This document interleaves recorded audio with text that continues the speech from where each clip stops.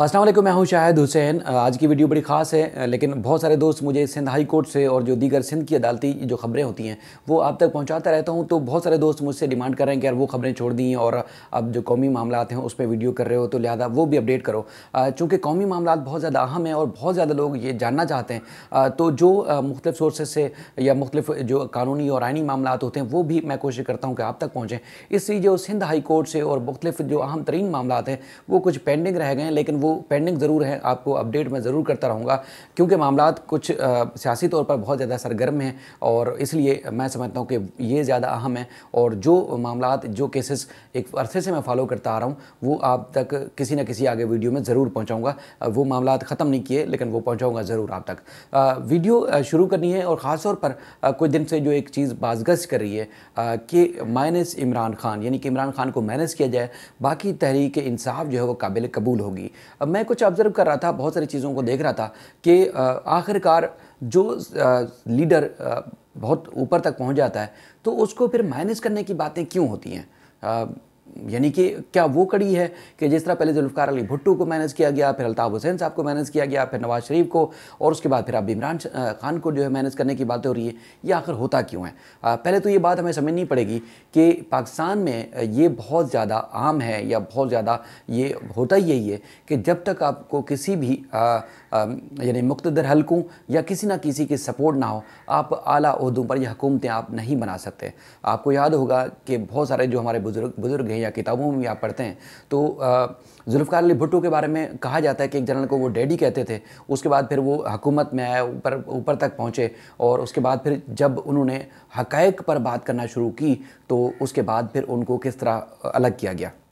अगर हम अल्ताफ़ हुसैन साहब की बात करें तो अल्ताफ़ हुसैन दीगर रहनुमाओं से हट के वो कुछ मुख्तलिफ शख्सियत हैं, यानी कि जो सोचते हैं, महसूस करते हैं या वो समझते हैं कि जो ज़िम्मेदार हैं किसी न किसी वजह से या किसी न किसी इश्यूज़ के, तो वो अलल ऐलान जो है वो बात करते हैं, मीडिया पे भी बात करते हैं, टेलीफोनिक खिताब हों या मजमे में के सामने भी बात करते हैं। इस वजह से वो ज़्यादा ही खटकते हैं या ज़्यादा ही उनको जो हमारे जो मुक़्तदर हल्के हैं वो ज़्यादा ख़तरनाक समझते हैं।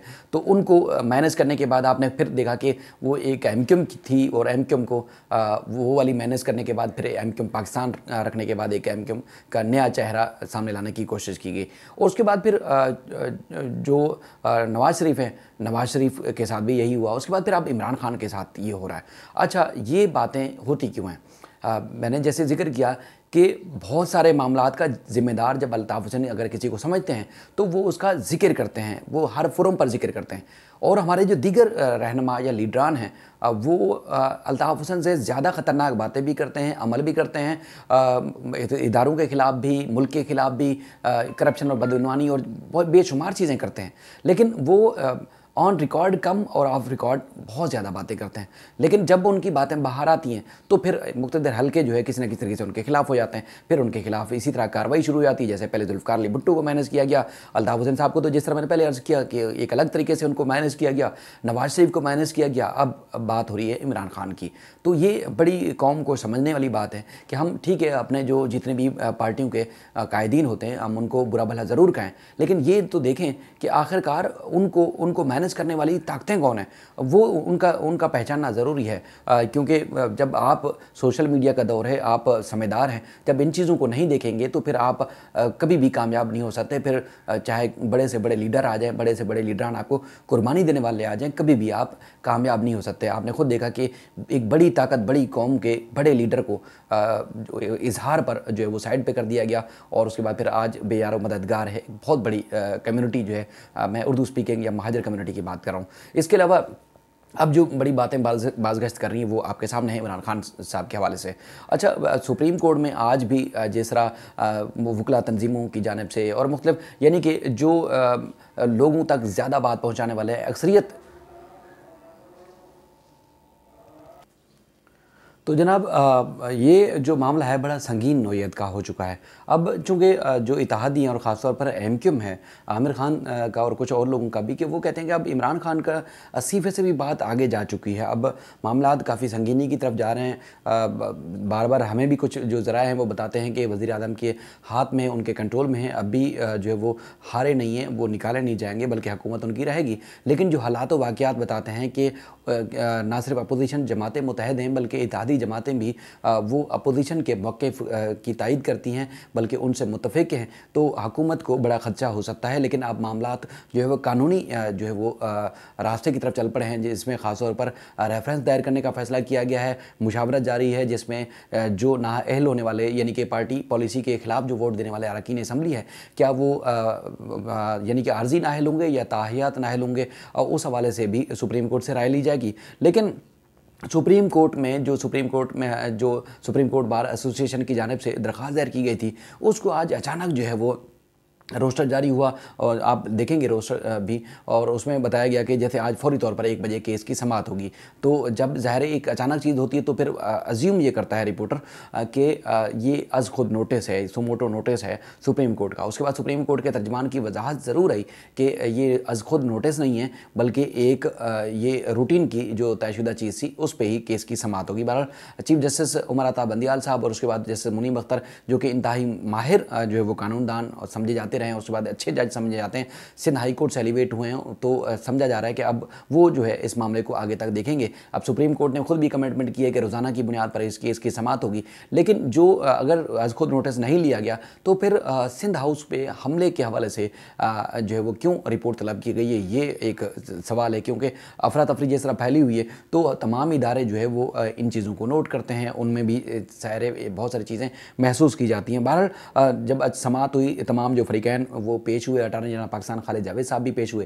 अच्छा, खालिद जावेद साहब ऐसे कानूनी माहिर हैं कि वो जो मशवरा देते हैं वज़ीर आज़म पाकिस्तान को, वज़ीर आज़म पाकिस्तान डॉक्टर फ़ारूक नसीम के बजाय अब इनकी बातों को तरजीह दे रहे हैं, इनकी बातों को ज़्यादा अहमियत देते हैं और उस पर अमल भी करते हैं। तो बेशुमार ऐसे जो एक मामलात जो इंतहाई संगीनी की तरफ जा सकते थे, यानी कि इंतहाई अहम इकदाम उठा सकते थे वज़ीर आज़म, तो अटारनी जनरल के मशवरे के बाद वो जो है वो बैक हुए हैं, और जो बड़ी ख़तरनाक सूरत हाल पैदा हो सकती थी उससे इन्होंने बचाया। ये हमारे ज़ाती सोर्सेज भी बताते हैं। जब हमारी गुफ्तगू होती है, मुलाकात होती है अटारनी जनरल पाकिस्तान से, तो उनकी बातों से भी यही लगता है कि बेशुमार चीज़ों से बचाया है उन्होंने, तसादुम से, ख़ासतौर पर अपोजिशन जमातों से, अदलिया से और भी कई इदारों से जो है वो बचाया है इनको, वज़ीर आज़म पाकिस्तान को। बहरहाल जब समाअत हुई तो उसके बाद समाअत के बाद उन्होंने, सुप्रीम कोर्ट ने हुकूमत और उसके अलावा अपोजिशन जो जमातें हैं उनको नोटिस जारी किए हैं। IG इस्लामाबाद से जो है वो रिपोर्ट तलब की है, और उन्होंने कहा कि IG इस्लामाबाद कानून के मुताबिक जो है कोई भी अफरा तफरी होती है तो उसमें कानून के मुताबिक इकदाम करें।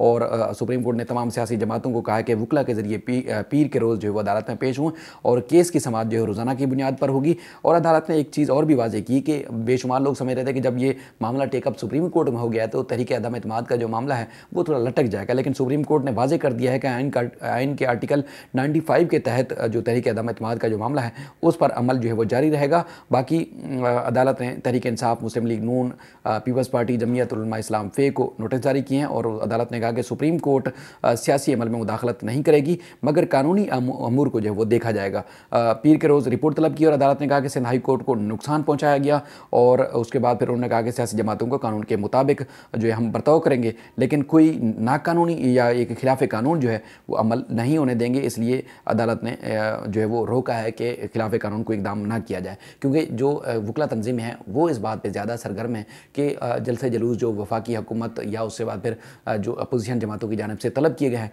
उससे ज़्यादा तसादुम का ख़तरा है, उससे मार्शल लग सकता है या कोई तीसरी कुव्वत एक्टिव हो सकती है, तो इसलिए इस तसादुम से बचाया जाए। तो ये अदालत ने अब वाज़ेह कर दिया है कि अब इस मामले को खुद अदालत ज़ाती तौर पर टेकअप करेगी। यहाँ से जाने के बाद फिर वज़ीर आज़म पाकिस्तान जो है के पास पहुँचे खालिद जावेद साहब, उन्होंने सुप्रीम कोर्ट के मामले के ऊपर तमाम तर ब्रीफिंग दी। अच्छा, उसके बाद फिर मज़े की बात यह है कि जो मुनहरिफ अरकान असम्बली थे PTI के, उनको जो है वो एक बार फिर शो का नोटिस जारी करने के बाद उनको एक समझ लें कि वापसी का रास्ता दिया गया कि वापस आ जाएँ। आपको कुछ नहीं कहा जाएगा। ये वज़ीर आज़म पाकिस्तान ने भी कहा है और उसके बाद खासतौर पर नोटिस में भी कहा है। तो कुछ ज़राए कहते हैं कि कुछ जो है वो मामला जाके थम सकता है, लेकिन संगीन सूरत हाल उस बात पर भी देखने में आ रही है कि बिलावल भुट्टो और इसके अलावा जो दीगर अपोजिशन जिसमें मौलाना फजलुर रहमान साहब और इसके अलावा शहबाज शरीफ साहब और दीगर की जब इजलास हुआ तो उसके बाद फिर एक और बड़ी धमकी दी है, जिसमें जो इजलास होना है खासतौर पर OIC का, उस पर उन्होंने कहा कि देखते हैं कि वो कैसे इजलास होता है। वज़ीर आज़म हार चुके हैं, वज़ीर आज़म को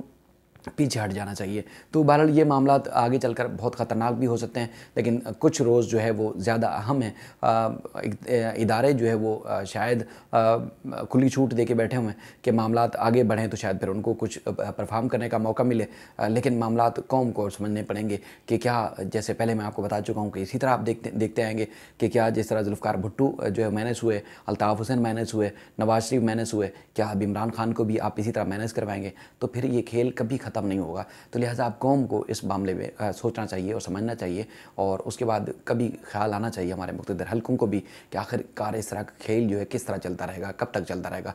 फिर किसी और मौजू के साथ आपकी खिदमत में फिर हाज़िर होंगे। अपना ख्याल रखिएगा। अल्लाह हाफ़िज़।